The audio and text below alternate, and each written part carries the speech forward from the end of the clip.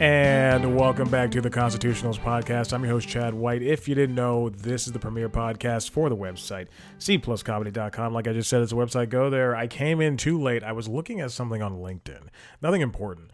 I just saw, it's always so strange when you see a notification and you click on it and it's like, 5 people viewed your profile, see this full list with premium. And then I see the last person that looked at me and I go, why is this person looking at my profile? Who are you? Why are you from Boise looking at my profile? A student staff writer. I got nothing to offer you except bitterness and angriness. I also looking at who just looked at my profile. Somebody I used to work with at CNN. Looks like they're doing another round of layoffs over there. It seems to me, because now this person has open to work. How come we can't open things in incognito windows sometimes with LinkedIn? Sometimes I don't want the person to know that I clicked on their profile. Just saying. LinkedIn logs 37. I'm your host, Chad White. If you didn't know, this is the Jobs Podcast for the website, cpluscomedy.com. Like I just said, it's a website. Go there. It is raining outside. I have the balcony door open, not a porch. Porches have to touch the ground. As we all know, that's the rules of porches. Porches touch ground. There's no wood on the floor. Porches touch ground. Balconies touch air. Touch air. Oh my gosh. Welcome in. How are we doing? Let's see. I just completed this is very funny. Sometimes when you are a freelance worker and you're over there doing freelance work and you sign up for anything, you have to realize there are how many freelance workers are there? How many freelance workers are in the U.S.? In the United States alone, there are 7. This comes from explodingtopics.com. And this is all people who have 1099, who are considered 1099 work. Okay, hold on. This is different.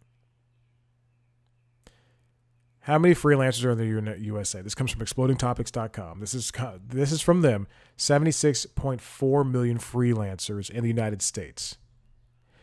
That figure has grown year over year by at least 2 million since 2017. Now, Statista, they say of the 1099 workers between 2017 and 2023, there are about 36.6 million occasional independent workers in the United States, which is an increase from 15.8 million in 2020. Given that I know Statista more than I know whatever Exploding Topics is, because Exploding Topics just gives the numbers, and it doesn't seem like they give a and this is like according to surveys. Okay, I Statista is, I would say, a little bit more, because I've heard of Statista, but let's say there's roughly between 36 and 76. That's $40 million difference, person difference. So let's put a number out there, 50. Let's say there's 50 million 1099 workers in the United States or the world. I don't know. Who cares? You go to a website like Upwork or Fiverr and you try to do jobs. You try to submit proposals. I think I've submitted so many. I can't even put a number to it. I've submitted so many. I know how many jobs I've applied to in the past 3 months. Roughly over 100. A lot. I've applied to a lot. And I'm talking from stuff that I'm qualified for to retail stores. Truly. Anyway. And you get all those numbers. You get 50 million people all trying to do independent contract work. 1099 work. It is so difficult to stand out. You write a long, not cover letter, but a proposal on Upwork. You write a short proposal. You try to hit all the things, and you're just up to the whim of the people. And I finally landed a contract that took me roughly 5 minutes to do. If you go on Upwork, which is a 1099 website. I guess not 1099 website. If you go on Upwork, and you'll just see a post. Here's a post that is from yesterday. It's from Portugal. The payment is verified, which is good, but the payer has no rating yet, and they've never spent any money. So this is the first thing they've ever posted on here. They're seeking a script writer for book summaries for a book summaries YouTube channel. Their budget is about $30, fixed price, intermediate. That person, no matter what, is always going to want somebody who's done 10 jobs here, 50 jobs here, as opposed to the person who is in the same boat as them, who just started, who can't get any 1099 contracts here at Upwork, who's probably reliable, aka me. Anyway, I got my first one. So there's a lot of small ones that people get started on that you can just get easy 5 stars on. So I wrote a review for a local, not even a local Atlanta business, a local business somewhere. I don't want to get too specific because it might have been a lie. But that's what happens. That's what they do. And they pay you $5. And then you go, okay, time to find another one. Because there are other ones that post here a lot. This is basically that. This next one I'm looking at is a featured post. It's posted yesterday, which means that any amount of people could have seen it and that they've applied to it. They've sent their own proposals in. And also each proposal for each one is different. And it costs, you have like 100 proposals if you don't pay for Upwork. I think you could pay for it. But you have like 100 proposals and that you could send out. But each proposal for a job is a different amount. So if for this product reviewer one, let me see how much they are looking for. It costs 16 proposals. I have 69 connections left up top.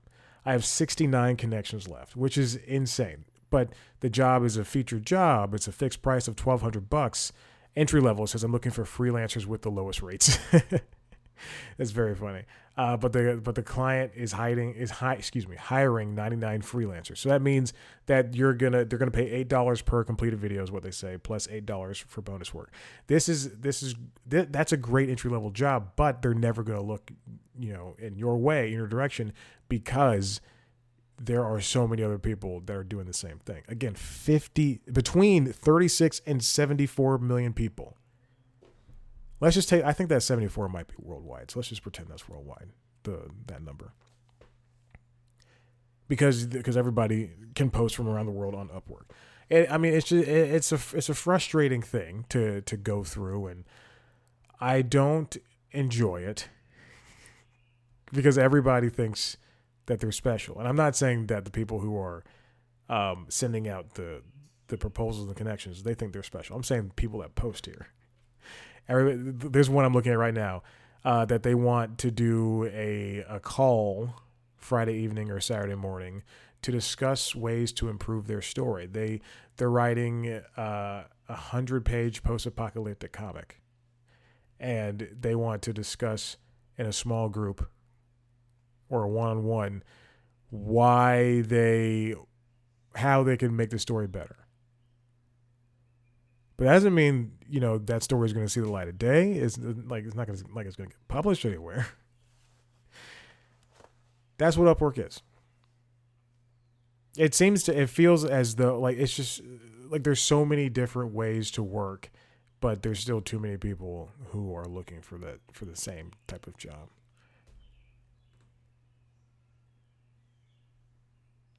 There's a lot of, I will pay for a short 50-second mute videos of items sold on Amazon. There's a lot of hey, go to Amazon, buy our product, write a review, and then we'll reimburse you for the product.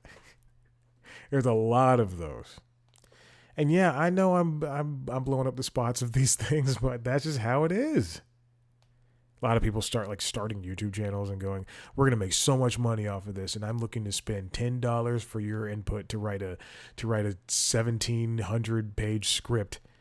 $10 for 1,700 words? You kidding me?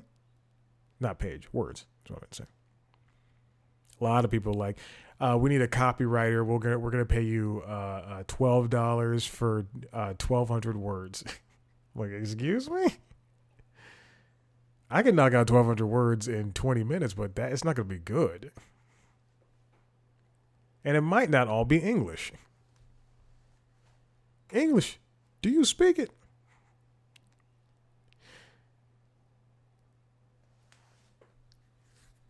So that's what I'm dealing with. I can't even touch that money. They paid me yesterday. I can't touch that money, that $5, until I get to $100 threshold, I believe, just to even pull that money out. Last year, I did do one Upwork gig. The guy, we should have kept it on Upwork, because he did make me pay taxes on the 3 things I did for him. Wasn't a fan. But he sent me a message. Let's just take this off Upwork, and then I can add you to the payroll of my company. I think in total I made $150. I'm almost positive. Also, I found I didn't find this, but I was reading a news story about LinkedIn or something, and there's a Reddit page. This is how much time it's a Reddit page. LinkedIn, what's it called? Reddit LinkedIn. What the heck is it called? Reddit LinkedIn. I'm just going to type in Reddit LinkedIn. It is LinkedIn Lunatics, and it is everything I hate about LinkedIn. It's all these people posting insane, crazy things. Talking like here's one from I don't care about these people. Nathan Ruff, who posted on his LinkedIn, there's a picture of a woman walking down the aisle of a plane, typing away on her MacBook Air. I'm just trying to paint a picture of it. He writes, I don't know this person. And then he does that thing where he puts paragraph indentation in between sentences, which I hate, which is a new internet thing I just genuinely dislike. Just write everything out. I don't know this person, indentation. But this is what I love, indentation. No matter the circumstance, committed to getting things done and doing your job. Oh, God, that's gross. Like just now, I was on LinkedIn, and a woman, I just scrolled past this. It says, when my job at Peloton was eliminated, I was 5 months pregnant and terrified, and I immediately just went, nope, going back to notifications. She has 5,000 likes. Honey, you're going to be fine. Trust me. You want to switch spots? Because I got something way worse than being pregnant and losing a job. But everybody's different. A lot of people. This subreddit is just filled with crazy posts and crazy people. It is truly, I, with my entire heart, hate LinkedIn. And I understand I need it so I can work in the future. But, man, and if you post to LinkedIn, if you post your little mental health journeys, I dislike you. All this BS about losing, you get like 20,000 likes. No. Anyway. So there's that. Okay, so let's move on to 2 stories that I found over here on Wall Street Journal. I'm looking for stuff to talk about. This is from Sarah Krause and David Marsalis. What's on TV for many Americans, it's now YouTube. As we all know, television is linear, regular, traditional television is not a dying breed, but it is definitely an anomaly in a world full of streaming. And ever since, YouTube's ever since YouTube's inception, it has been, what Marsalis and Krause write here, ascendant. It is, we've, especially, when it came to the ability to watch it on television, thanks to Roku and Apple TV and Chromecast devices and Fire TV, you can watch YouTube on the biggest screen in your home. Unless you're one of those people that's like, I don't own a TV. I watch everything on my laptop. Then you're disgusting and don't talk to me. Go on LinkedIn and write about your little mental health having a baby. So mean. So mean for no reason. But YouTube is a true powerhouse, especially when it comes to Generation Z. Those kids just love, the people of that generation rather, just love, because they're all mostly adults, love the stuff that comes from YouTube. And that's along the lines of Good Mythical Morning and Mr. Beast and the rest. I don't know what else is popular. The rest on YouTube and to that vein, Twitch and TikTok and everything in between. Nearly 10% of the time Americans spent in front of TV screens last month was YouTube's flagship smart TV. I think it said screens. Flagship smart TV app, Nielsen data shows. A sign of continued transformation of the platform. Disney garnered 11.5% of total TV viewing time in the U.S. last month. That includes regular networks, linear, ABC, ESPN, and ESPN Plus, Hulu, and Disney Plus. TV viewing time in the United States last month, Disney retains its top position with 11.5%. The data, which Nielsen is expected to release today, for the first time, captures the full audience that entertainment companies reach across cable, broadcast, and streaming on people's television sets. The video app for YouTube is standing toe-to-toe with companies that own TV networks as well as streaming services. Traditional media and streaming behemoths collectively spend over $100 billion a year on programming, according to Ampere Analysis. And what's interesting about YouTube is that it's both ad-free and paid, $14 a month for YouTube Premium along with YouTube Music. I think if you have YouTube TV, they should include that in, but that'll become a monopoly, and then people will be mad, or the FCC will be mad. Thanks to things like the Sunday Ticket, thanks to ad spending, it has become what it is now, along with the likes of Mr. Beast and Mythical. Good Morning America. Good Mythical Morning. People who watch TV channels through services such as YouTube TV and Fubo TV are taken into account in the Nielsen data and credited to the owner of the channel, not to the platform on which the channel is watched. For example, Disney gets credited when someone uses YouTube TV to watch ESPN. It had 150 million people in the United States. More than 40% of the population watch YouTube on connected TV screens each month. It has benefited from new features that lets viewers shop or chat with one another while watching big events like the live stream of Coachella. YouTube incentivizes, unlike traditional media companies, the creation of content by sharing 55% of revenue from ads that run in creators' long-form content and 45% of revenue from ads on the short-form videos. That's why you often see people doing a 20-minute review of something that should only take 5 minutes, 3 minutes, 5 minutes.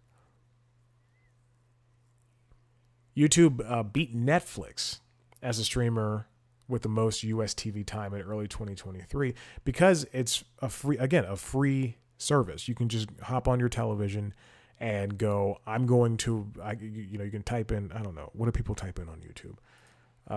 Because I have my set subscriptions and I'm done. I don't need to subscribe to anything else. But you can go to Letterman's YouTube page, I guess, and just press play and let things run. And get suggested videos, and maybe a suggested video will be something from CNET, or Reuters, or Good Mythical More, NBA on TNT, or music videos from Vampire Weekend. I think it's because I subscribed to SNL, and they were on SNL last week, this past Mother's Day episode. Because I've heard Vampire Weekend, let me tell you that. But I blame SiriusXM for that. Now, similarly, YouTube is dominating, and thanks in part to ads. This also comes from Wall Street Journal, written by Suzanne Veronica. How television advertising lost its relevance. Brands are now going to the likes of Facebook and TikTok and YouTube for the reach mostly to Gen Z people because they're not watching enough television. Because apparently, this also comes from Wall Street Journal written by David Marcellus. This is linked inside that How Television Advertising Lost Revenue thing. Television accounts for less than half of U.S. viewing time for the first time. That was in 2023. That's thanks to things like cable going away, streaming allowing, well, not going away, cable residing, cable going back, cable reversing, and a lot of people leaving the world of cable, and the allowance for streaming TV to help you watch whatever you want, whenever you want. And then also, I mean, you know, there's so many distractions in this world. There's going actually to a concert. There's listening to podcasts. I don't know if people do books anymore, but I do. I'm almost done with Death's End, the last of 3 Body Problem trilogy. It's real. I'm almost done, and it's so hard to finish a book for me. Just like I can start one, I can get to the middle, and it's that last roller coaster of ending. Because at that point, I'm like, all right, hurry up, wrap it up. We're done. The aliens, I'm not going to ruin the rest of that story, but the aliens, blah, blah, blah, Earth, blah, blah, blah. There are no shows that are as big as shows like Friends and Seinfeld once were, according to Jonathan Halvorsen, Mondelez's global senior vice president for consumer experience. Now, there is advertising on streamers. You can get an ad-supported Netflix and Disney Plus and Max and Peacock and Paramount Plus. And then there's also Roku, which has a free streaming platform, and Amazon has a free streaming platform as well as ads on their regular platform. And what's the other one? Tubi and Pluto. Now you can watch ads on those, but again, not enough people are watching to justify ad buyers to want to, or advertise their Oreo product on there, Nabisco, right? To promote its new Oreo Space Dunk, Mondelez turned to social media sites such as Instagram and TikTok. It also relied heavily on ads that appear where people already are in a shopping mood, the websites of large retailers, including Amazon and Walmart. Streaming is not the be-all, end-all when it comes for ads anymore. What's important is with streaming TV, a lot of people can just say, and you'll see this, if you ever, speaking of Reddit, I spoke of Reddit earlier, going way back, I guess. It's if you go on Reddit and you there's someone posts about like ads or streaming or something like that, and there's always those people like, I haven't seen an ad in 10 years because I don't watch them or anything, or whatever. Like, because I don't subscribe to this, and I only subscribe to this, and blah blah blah. They want to all this posturing, and hyperbolized speech. But it is possible to subscribe to YouTube without ads, and to only watch Netflix without ads, and Disney Plus and Max, all the streaming services without ads, and to have an ad blocker on and never ever see an ad in your entire life. I guess if that's a goal for you. But if you watch live sports, you'll see ads all the time. Wrestling, basketball, football, hockey. Thank Christ for Multiview on YouTube TV. First of all, I wish it would apply to every channel. I wish you could start your own multi-views. You should be able to make your own playlist. This is what I think about all the time. I watch a lot of news in the morning, and sometimes there's there's 2 golf things going on or 2 basketball games or whatever. Multiview only works for sports, and you can like watch. Last night I was watching a basketball game and a hockey game. I should be able to, in the morning, watch CBS Mornings, have a quad view of CBS Mornings and CNN and Today's Show and Morning Joe or Squawk Box, whatever I want. I should be able to bounce around between those and either click the little remote while I'm riding the bike because I'm trying to do all this stuff at once. It's ridiculous. But sports are a huge factor when it comes to things like the upfronts, which are happening this week, the television upfronts, where networks like, excuse me, not networks, where companies like NBC Universal vie and make their case to advertisers like Nabisco, like Nike, like Apple to buy ads on their platforms. NBC Universal can go, hey, we've got we moved Law and Order Organized Crime to Peacock. But we have 2 Law and Order shows coming back this Thursday this fall on Thursdays. We've got a whole night of Chicago Fire, Chicago PD, Chicago Med. I think that one's still going. Not Chicago Law. I believe that one was canceled. But we have all this. We've got game shows. We've got this. We've got that. And we've got Sunday night football and Thursday night. No, they don't have Thursday night football. We got Sunday night football. And we have the politics, the Olympics. The Olympics coming this summer. This is why you should buy ad time during this time, and it's going to be great. And you should do it. And every single company does it. Disney does it. Warner does it. Fox does it. The company that owns the CW does it. And it's not just for broadcast. It's also for cable, and now it's also for streaming.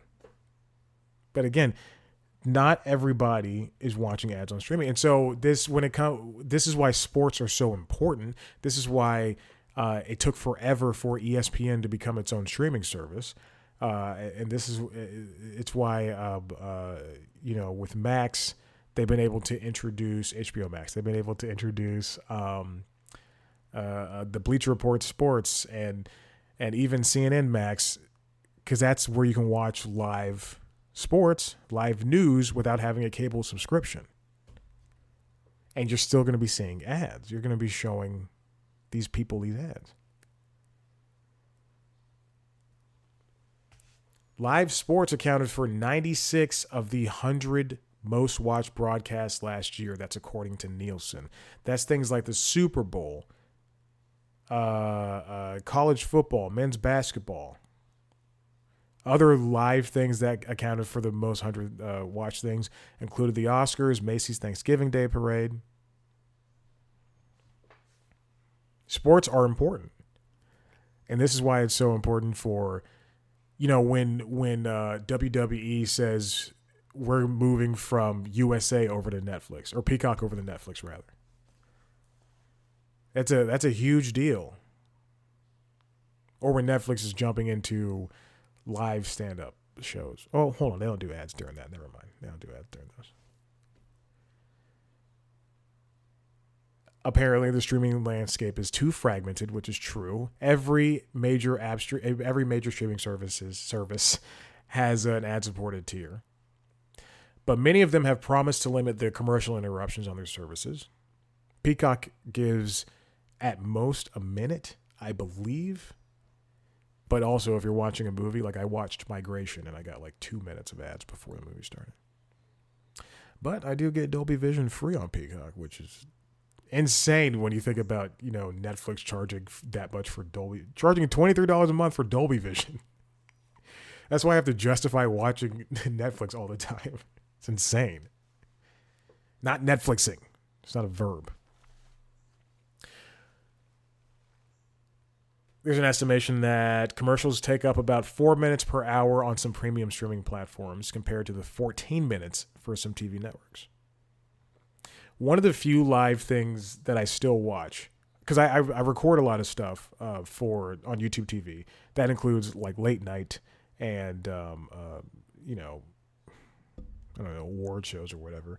And then also there's a lot of stuff that you just can't watch on streaming. That's not available on streaming. So some, like the Producers, I know the Producers, the original was on Turner Classic Movies, and if you watch Turner Classic Movies, they only air things once every like 6 months.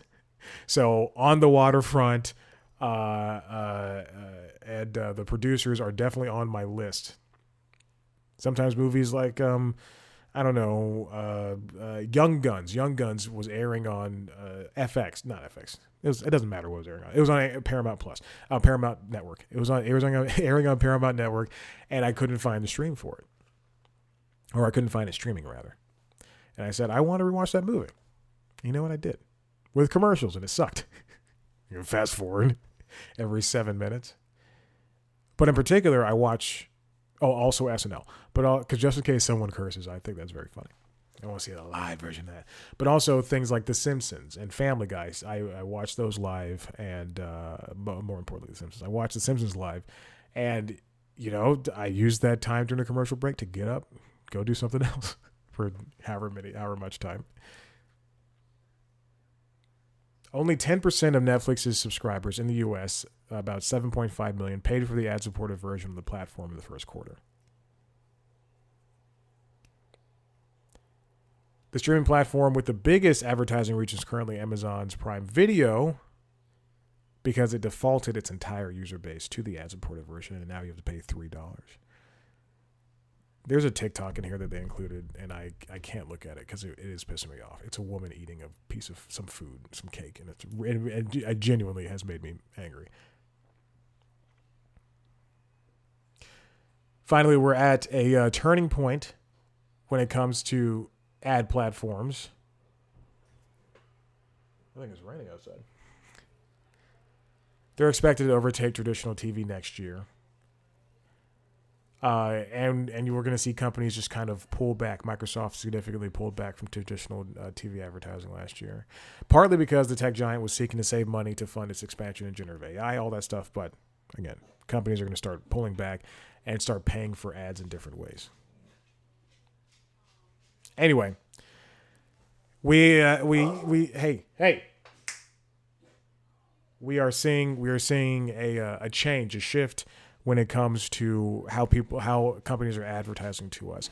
And now it's mostly going to be online. We're going to see a lot of, OpenAI just introduced a new version of ChatGPT, which is, I think, going into alpha soon.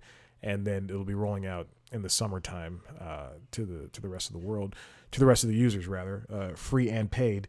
That new tool is able to, the new model, of ChatGPT 4, I believe, is able to speak and use your camera to see, and you can have a conversation with it, answer questions with voice. At some point with all this AI generation stuff and generative AI and all these tools and software with TikTok and Reels and Instagram and I know realize it, Reels and Instagram are the same thing, but we're just going to see a lot more ads. We're going to prepare to be bombarded more. And if you don't want to see them, it's too bad, because either you're going to have to pay for them or you have to live with them. And that's all there's going to be. So whether you watch YouTube or whether you watch Netflix or whether you watch regular broadcast television or cable television, or if you don't watch TV at all and you're on TikTok, you're going to see a lot more stuff being shoved in your face. And that's all I'd say about that. Listen, if you like what you heard here, head to the website cpluscomedy.com, where I talk to your favorite people in the entertainment industry. Let's see who I've talked to in the past couple of weeks. Daniel Van Kirk, Sarah Hester Roth, Richard Savart, Sierra Cato, the cast of Night Court. I forgot how to say the words. Night Court. Jesse David Fox, Eddie Schmidt, Caitlin Palufo, Rob Hayes. I've talked to Ashley Ray. I've talked to so many people. And it's time for you to join in on the fun. If you want to see a video version of those interviews or listen to them, video version on youtube.com/cpluscomedy. You can listen to them under the Constitutionals feed on wherever you get your podcasts. You can also listen to the Constitutionals wherever you get your podcasts. You can also listen to the other show, Late Night Lately, which is the late night show, wherever you get your podcasts. You can watch every video ever I put up, even of those podcasts, on youtube.com/cpluscomedy. Follow me on TikTok, Instagram, Facebook, Twitter, @cpluscomedy, and @Chad Black White. Thank you so much. Bye.